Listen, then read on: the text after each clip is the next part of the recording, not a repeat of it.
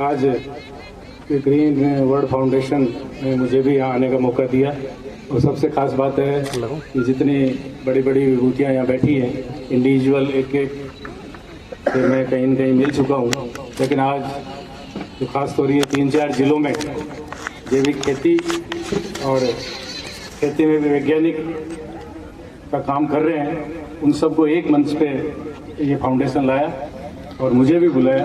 इसके लिए मैं बहुत बहुत आभारी हूँ अध्यक्ष और मंत्री जी का। सबसे पहले तो जिस स्थान पे अपन हैं, समय ये इस तरह का ही करने का है किसानों के लिए। परंपरागत खेती और जो हम वर्षों से करते आ रहे हैं, आदरणीय दोनों सुंदराराम जी और पारिक साहब वर्षों से कर रहे हैं। आज जो युवा है वो ये खेती नहीं करना चाहता, वो परंपरागत फसल सब्जी ये नहीं करना चाहता, क्योंकि वो देख रहा है हमारी पीढ़ियों से कि पशुओं का घर का खाने जितना ही पैदा कर सकते हैं, लखपति इसमें नहीं बन सकते।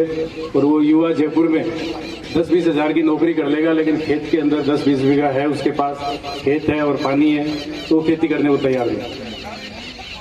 और ये सबसे खुशी की बात है कि ये जो संस्था के अध्यक्ष और महामंत्री हैं एग्रीकल्चर से हैं और ये जॉब नहीं करके और इस तरह की खेती कर रहे हैं, और हम जैसे जो और कर रहे हैं उनको भी संगठित कर रहे हैं, कुछ सिखा रहे हैं।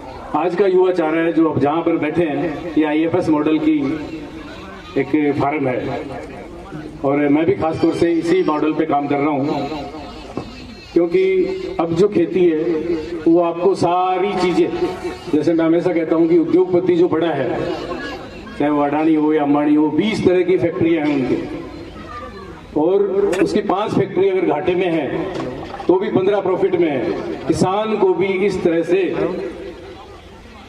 आज काम करना पड़ेगा। कई बार आपदाएं आती है, पिछली से पिछली जनवरी में मुझे याद है कि हवा के साथ ओले पड़े थे और नागौर में कई तहसीलों में बहुत नुकसान हुआ।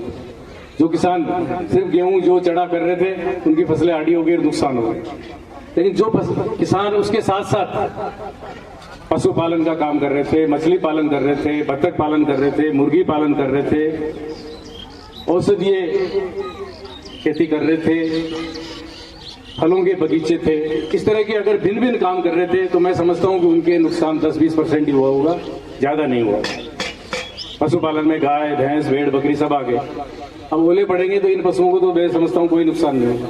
तो आज समय ये है युवाओं को खास तौर से कि इस तरह के IFS मॉडल पे आपको काम हम सबको करना पड़ेगा, और नई पीढ़ी को अगर वापस खेती की तरफ जोड़ना है तो ये इस तरह की खेती सिखाएंगे। दूसरा, आज ये भारत सरकार राजस्थान सरकार वैल्यू एडिशन के लिए बहुत अच्छा काम कर रही है। भंवर सिंह जी भाई साहब भी बहुत अच्छी तरह जानते हैं वैल्यू एडिशन का, गुप्ता जी काम कर ही रहे हैं, राकेश जी भी औषधीय पौधों में वैल्यू एडिशन का बहुत कुछ हमें सिखा सकते हैं। हम 2-3 घंटे से बैठे हुए यही चर्चा कर रहे थे।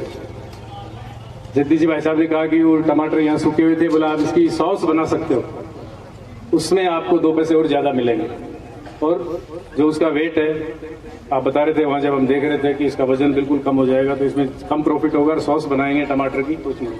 तो मेरा ये मानना है कि वैल्यू एडिशन से आप जैसा आपका बजट है उसमें करिए, और ये यहाँ विभूतियां बैठी है इन सबसे सीखिए। अग्रवाल जी भी सिखाने को तैयार है। मेरा जैसे मैं छोटा सा एक उदाहरण दूं, आंवला हमारा 10 से 15 लास्ट बिकता है, और आंवले के साथ अगर 15 रुपए का मान के 35 रुपए पर और जोड़ देते हैं, उसके साथ चीनी की चाशनी है, आपका ईंधन का खर्चा है, मजदूरी है, ये जोड़ के 50 रुपए वो होता है, और 1 किलो का आप 100 रुपए किलो आराम से बेच सकते हो। तो ये जो 50 रुपए बीच में बिचौलिया खा रहा है, इसको किसान अपने खेत पे काम करके बिल्कुल कमा सकता है वैल्यू एडिशन करके। अभी 4 दिन पहले कोटपुतली में आ जाने वाले थे, आए नहीं किसी कारण से, कैलाश जी चौधरी, आपने दोनों तीनों ने और आप में से बहुत सौ ने उनका फार्म देखा होगा। वो आंवले की और बील पत्तर की मुरब्बा, कैंडी, अचार, पाउडर ये सब बना रहे हैं।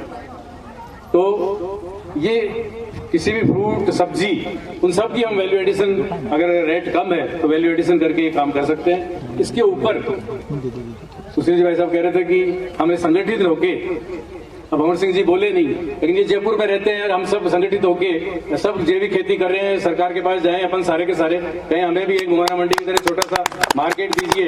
हम नहीं चाहते, हम गरीबों के लिए वही बेचना चाह रहे हैं। लेकिन मंडी में टमाटर हमारे 10 रुपए बिकते हैं, बाजार में 40 रुपए, तो हमें बीच में 30 रुपए तो बेच सकते हैं। गरीब 40 में कमा रहा है, हम तो उसका भी फायदा कर सकते हैं। तो इसके लिए जैसा इन्होंने कहा कि अपन संगठित होके कुछ करें, मैं चाहूंगा कि आज आप भंवर सिंह जी हैं, अतुल जी हैं, सब यहाँ जयपुर के अंदर जो रह रहे हैं वो लोग इस तरह का काम करें।